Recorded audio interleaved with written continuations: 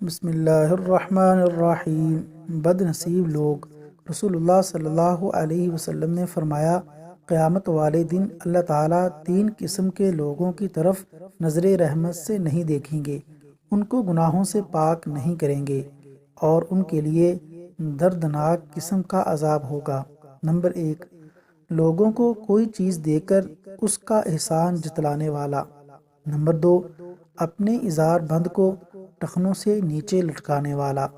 Number 3، جھوٹی قسمیں اٹھا کر اپنا سامان بیچنے والا۔